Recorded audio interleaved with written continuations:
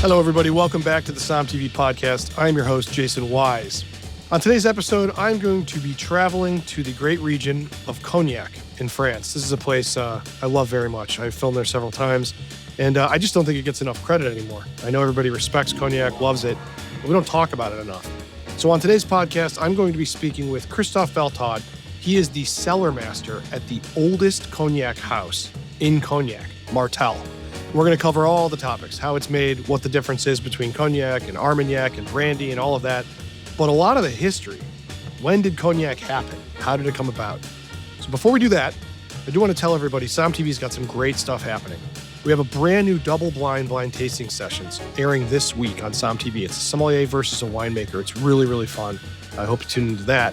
And then next week, we have our 2024 Napa Valley Vintage Update. This is where we go up to Napa, we film with some of the great winemakers up there to talk to them about the 2024 vintage. How good is it going to be? Are there any concerns? What's happening? And for those of you who collect or sell wine, this is kind of crucial. I'm really proud of this episode. It turned out really good this year. So that's going to be airing next week on SOM TV. If you're not a member of SOM TV, you can get 50% off an entire year. Go to somtv.com and enter SOMTV50, SOMMTV50 at checkout. That is 50% off. I mean, that is like less than the cost of a crappy bottle of wine, guys. What are we doing here? Go to somtv.com and get 50% off. Enter SOMTV50 at checkout. Without further ado, my conversation about Cognac with the oldest Cognac house, Christophe Valtod at Martel. Christophe, it's an honor to have you on the show. I really appreciate your time. I know you're a busy guy, drinking all that Cognac behind you most of the time. Yeah. I'm very excited about this because we haven't done a big episode on Cognac, and this was just perfect timing. So welcome to the show. Yeah, thank you. And I hope you will start with the best. We should start with saying where you are. You're at Martel. And why don't you give me a little bit of a little history on the Cognac house that you make this delicious drink at? So yes, we are here in Cognac in where I work every day in what we call the atelier. It's the tasting room where I work with my team every day. So we are in Martel Cognac, the house of Martel. That is the oldest maison, the oldest house of Cognac. I would say that when you are the oldest, it means you are the pioneer. We built and created the Cognac. So created in 1715, so a long time ago, more than 300 years. And I'm in charge to continue to produce the Cognac for this beautiful house. And we are very renowned to produce the best Cognac, the very oldest one, in fact, all around the world. And that's very exciting to produce that kind of things every day. So we have a lot of people that works behind us, because when you are a producer of Cognac, you need wine growers, because the wine growers create the grapes and we distill the grapes. So yes, so we are made of grapes. So I have an enormous amount of questions here. I want to start with you as a maker of said Cognac. So how does one become your profession? What is your job title? It's not like winemaker. What is it? What is your title? Yeah, my title is cellar master. We could also say the master blender for regarding the whiskey. It's more master blender than cellar master, but we were in charge to age the Cognac and to raise our eau de vie. We call eau de vie the Cognacs that we age, and I'm in charge to produce and to create the Cognacs, something between creation and legacy, to reproduce and continue to the transmission of the know-how, in fact. So how does one become a cellar master? Do you start in wine? Do you start in spirits? Do you start... Yeah, in fact, there is different way. Normally, you can start with the wines because we are made with wine. So you start with the wine, but it's not enough because normally you have to learn the distillation. In my case, I completely out of the rules because I started here because I'm born in the Cognac AOC. I'm a son and great-grandson of wine growers and distillers. So a long time ago that my family worked with the Cognac, and I'm started from the beginning. I love to say that I'm born in the barrels, and that's completely true. So a long time ago, I would say. And normally, yes, you need to know the wines and the grapes, but also the distillation, like all the other spirits. And also we age because normally the cognac is aged for a long time. So and after, I would say the cherry of the cake, it's we blend, and that's the big difference between the whiskeys and us and the cognac. The cognac is renowned to be blended because when you are made with wine, as you probably know because you are fan of wine, every year is different. So each vintage are different. So when you have to reproduce exactly the same products and to avoid the impact of the climate, you have to blend, and that's why we blend, and that's a big difference. So that's why I am cellar master and master blender, because we blend a lot of samples. And to give you an example, when you start from the beginning of the range, we blend at least 40 batches up to 1,400 batches. So that's something very unique to the cognac. And you're trying to replicate the exact style. I mean, because when people buy a bottle of Cordon Bleu, that's what they want. They want it to taste the way it tasted before. So that's such a challenge, I bet.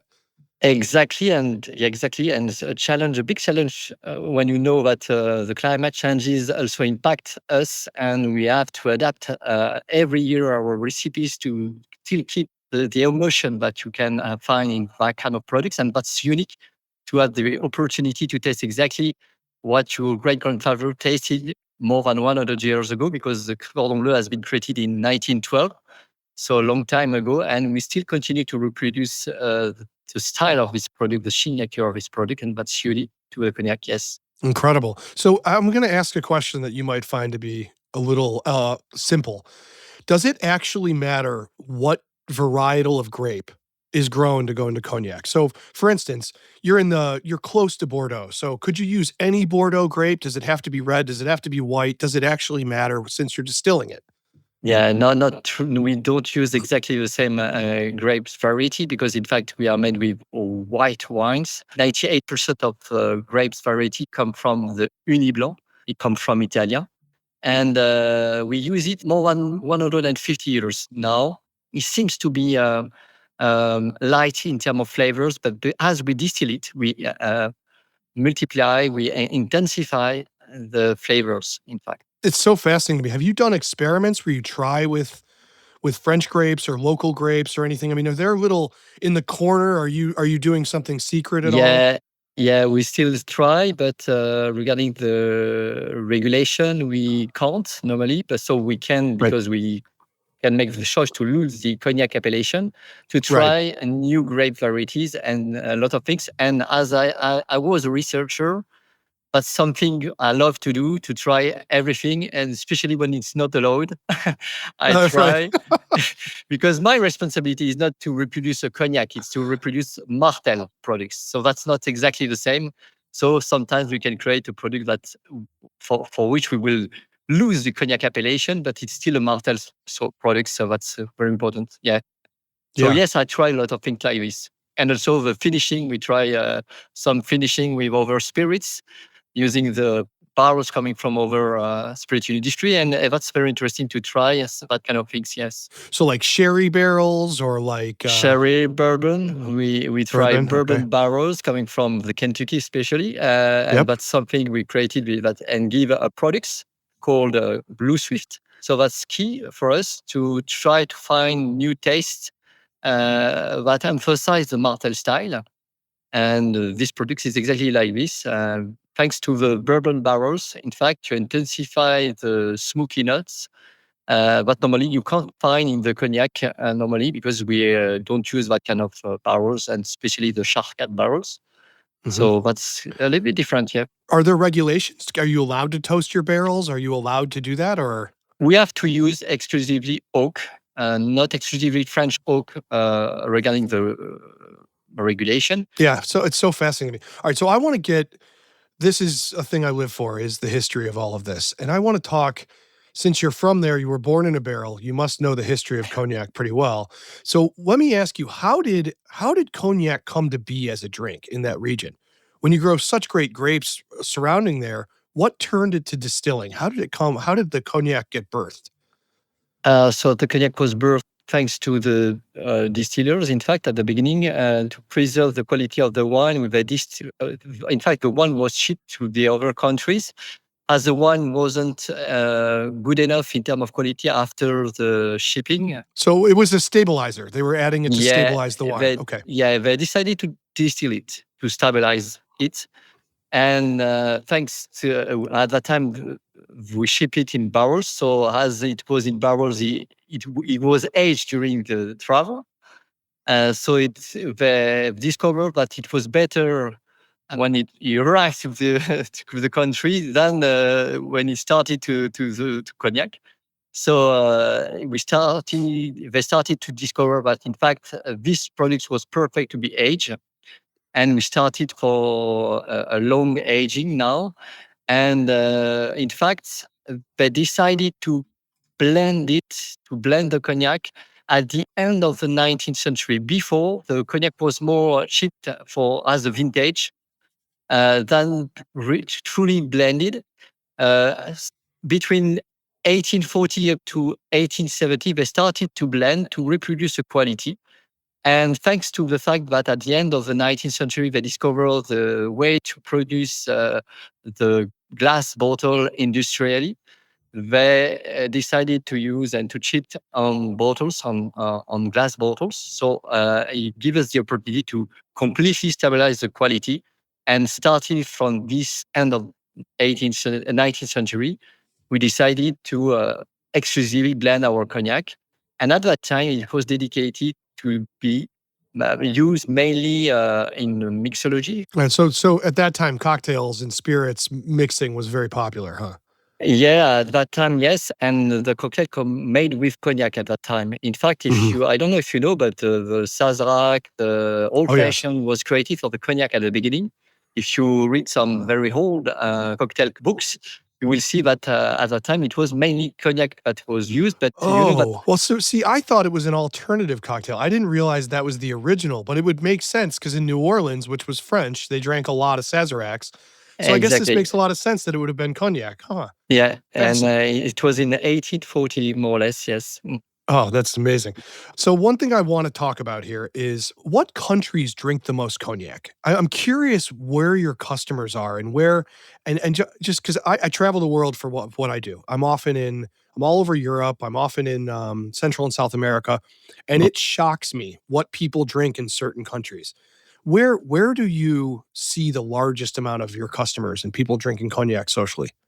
Yeah, there is in fact two main regions, and now there is new countries that try. So you can find cognac everywhere, Sure. but worldwide. But in fact, the two main markets are the US for the youngest cognac. In fact, because you use more the cognac to be mixed, to be used in Yep. cocktail. But the other biggest market is the Asian market, and mainly China market, where the cognac is more consumed neat in pairing during the meal, and they in fact they drink more oldest cognac than in the US.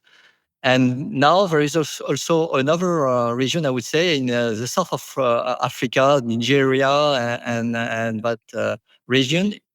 There is more and more success about the cognac, and it's mainly used also in as a cocktail in mixology. Yeah. How do you think it found its way to Africa to be so popular? I know whiskey's been popular in Africa and beer for a long time, but how did cognac end up there? Is it because of the French history in Africa, or what is it? No, I'm not sure, because in fact in South Africa it's not the case. That's It's all. not. Yeah, that's all Yeah, British and Dutch, and yeah, yeah. it's more British. Yes, I think it's just a question of taste. In fact, when you try the cognac, you can feel that it's completely different compared to another spirit. So that's very interesting to discover that it's smoother, and thanks to the fact that we are made with grapes, so we are very fruity. Mhm. And in fact, Mhm. I think that's why we are so popular now in that kind of region. And also, they know perfectly the wine, thanks to the South Africa wine that they produce. Let me ask you something, and I hope I'm not opening up a box here. How come no other place, no other country can recreate what you guys do? I mean, obviously, I've been to Greece, I've had plenty of Metaxa, I've been to Armenia, I've had the Armenian brandies, I've been all over the world, and there's just nothing close to it. It does not compare. I mean, even Armagnac is totally different than Cognac. So Exactly. what is it that makes Cognac so different? And this is I'm afraid of the wormhole I'm opening up, but what? How come nobody can do this outside of Cognac? That's very simple. In fact, we are made from grape, and when you are made from grape, the soil where the grapes grow are is very important. And as we are some specific growing area, they give us different taste. So that's why you can't reproduce it. Mm. And we can produce cognac only in this specific area. We use exactly mainly one grape variety.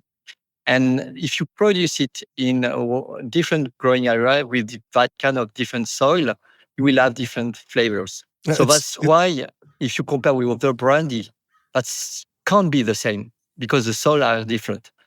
And also there is other reason. We are practically the only spirit in the world to blend truly and to have our, I would say, art of blending. It's incredible to be able to blend 1,000 batches, and that's something unique to the cognac. I don't think people understand the challenge of trying to make something exactly how it's been before with all the variables that happen every year. It's one of the reasons I have so much respect for the big champagne houses is that trying to create Dom Perignon this next vintage when it's a completely different year and it's got to taste like it was for the most part, it's Mm, just such an amazing thing that you guys do. exactly. Really And incredible. in Champagne, there is only few houses of Champagne that are able to reproduce exactly the same, thanks to the blending also. Yes. Yep, it's all in the blending. So I want to talk about Martell. So why do you think Martell is still I'm sure other cognac houses were founded around the same time. You're the oldest, you've survived the longest. Why? Why do you think that is? What has made it so you were able to survive the things that made the others, you know, Uh, merge together and fail and this and that? What was the yeah, reason that Martell's been so I, successful?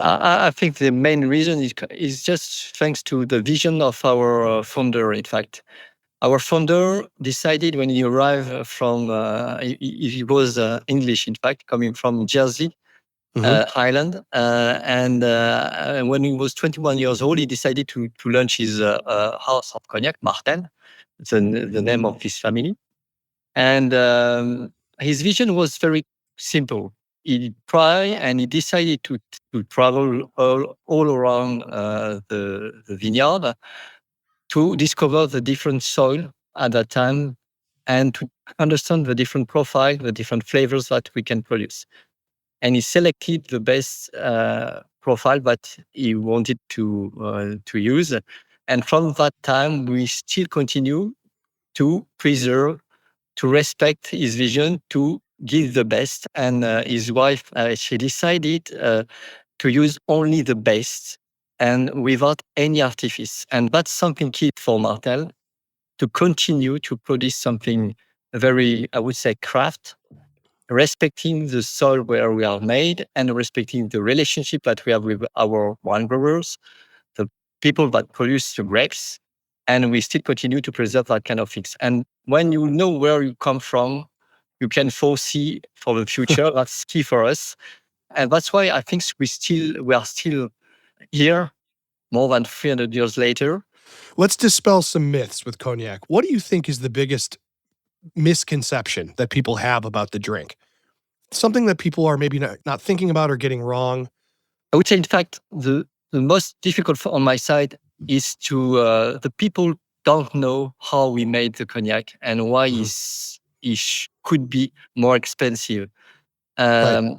And that's something very hard to explain to the consumers because, in fact, when you think there is wine growers, for example, for Martel, we work with 1,300 wine growers, Oh. and some of these people, this family, work with us for more than 300 years.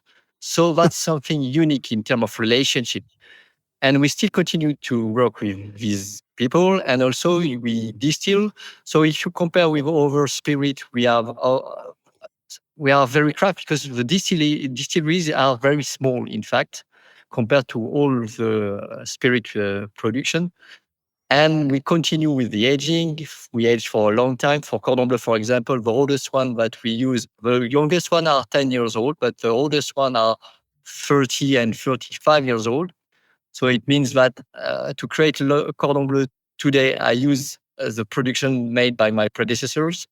Mhm. And what I'm producing today, it will be for the next generation. So that's something you learn. What a strange thing to be making something you're not going to use. You know, as a cellar master or as a winemaker or a blender or whatever, it's just crazy to think that what you're doing is for the next person. That is an amazing mentality. Exactly. Yeah. And in fact, what every day I work 40 years before, in fact, 40 years in advance. That's my job. So you will know you will know, and you can tell me, or you will be able to tell me if I will be good or not in 4 years, not now, in fact. That's the key things. They will know that I will be good or not when I will be retired. So it's something unique to the cognac. That's pretty funny. uh, You'll be relaxing in a chair and someone will come and do your performance ex- review. exactly. That's quite unique. Yes, but yes, that's a responsibility, and especially when you know that the climate changes are intensely becoming very impactful for us. That's something unique to try to preserve, to transmit the best as possible, to be able to continue to produce the Cordon Bleu tomorrow or other cognac products for Martels. That's something, yes, very unique to the cognac. What do you recommend people do while they drink it? I know a lot of people have a cigar. Is that a good idea, a bad idea? What should people eat? Does it go well with cheese? I'm just curious. Should you drink it with nothing? In fact, the richness coming from the cognac give the opportunity to try with everything. On my side, I don't smoke. Talk. I know that it matches perfectly with the cigar. That's completely true. But on my side, I a little bit more. I'm more interested about the chocolate or the seafood. In fact, so Seafood. something. Yeah, that's something very unique to the cognac, and that's why we are so successful in Asia, because the seafood is unique with the cognac, and especially with Cordon Bleu, and the pairing is incredibly generous and unique. So the cognac should be tasted during the meal, but also in mixology when you try it just with a sparkling water and with an hint of acidity, like lemon juice or Uh-huh. whatever, just a trait. It's unique in terms of taste and very easy to reproduce. So the cognac gives us the opportunity to be tasted as you want, and the richness coming from the fruity side and I would say the spicy notes or the cinnamon, for example, and soft spices coming from the wood match perfectly with a lot of things. And also, you can play with the temperature if it can be served on ice or on it. But when it's on ice, I truly love it. But you have to take care about the quality of the water used to create the rocks. Oh, of Yeah, course, that's yes. key. What seafood? Oh, I'm curious because this is something I want to try. I've never thought about cognac with seafood. Are you thinking with sushi, with cooked fish with butter? Like what kind of seafood? Oh, everything. In fact, lobster also is something Lobster. very unique. You should try. And also, if you love the spicy notes, if you are Mexican or more on the north of China and you use more pepper and Szechuan, uh, yeah. and Szechuan, for example, is more on the east, on the west. Yes, you can intensify also, and you can play with the cognac because the smoothness coming from the cognac will also match perfectly with that kind of spicy dishes. See, I don't think people think about cognac as a food friendly pairing. This is a fantastic. Now I have my days planned out for me. I It's like a wine. In fact, we concentrate the wine because we distill it, but it's like a white wine. But it's more. We love to explain, but it's very versatile. In fact, because as it's a spirits, you can play a lot with a lot of different dishes and really a lot of different pairing you can try. Yes. Just to close this out really fast, how do you feel about people that warm their cognac and drink it warmed? Is that Uh, are you against that or are you okay with that? I'm never against. The best way to try to taste your cognac is the way you love to try. That's key for me because it's only a question of emotion. So if you love the taste when you warm it, on my side, I never warm it because when you warm it, it's very interesting in terms with the noise. The flavors are evaporating, in fact, and it smells incredible. The noise is incredibly increased and intensified, so that's very interesting in terms of flavors. But in fact, in terms of taste, it's smoother, yes, but you lose the richness of the flavors that normally you should have, the aromas that you should have in your mouth. So on my side, it's not the best way, but yes, for the nose, incredibly, and especially if you smoke. That's why probably the smoker of cigar warm it, because when you have the cigar, it's better to have something that intensify the flavors and reduce the intensity coming from the alcohol. So yes. That makes a lot of sense. Well, I can't thank you enough. I am very excited to now try this with crab legs and lobster and that kind of thing. This is my Yeah, and lobster, it's incredibly, especially if you just with a needs of you caramelize a little bit the lobster and yeah, that's phenomenal. Well, Christophe, I cannot thank you enough for your time. This is wonderful. I'm going to go drink some cognac at 8:19 in the morning right now. Yeah, and I hope you will come to us when you want. You bet. Cognac. You bet. I'm very much looking forward to getting a cognac. It's going to be hopefully I'll survive the trip. Thank you, everybody, so much for listening to today's episode. I want to thank Christophe Valtade for taking some time out of his busy schedule to talk to us about cognac. Hopefully, you guys, we get to drink a glass at some point. I haven't had cognac in a hot minute, so this was nice. I want to remind everybody, if you love this podcast, it really means a lot if you review it. Give us a great review on Apple Pods or Spotify or wherever. Do that. Do that now. We really appreciate it. I want to thank John Adams, who produced this episode, and I want to thank you for listening. Go to somtv.com, get 50% off by entering SomTV50 at checkout. Don't forget, next week we have our Napa Valley Vintage update for the 2024 vintage, and we have a brand new blind tasting sessions airing right now on SomTV, and we look forward to you watching it. Everybody be safe. We'll talk soon.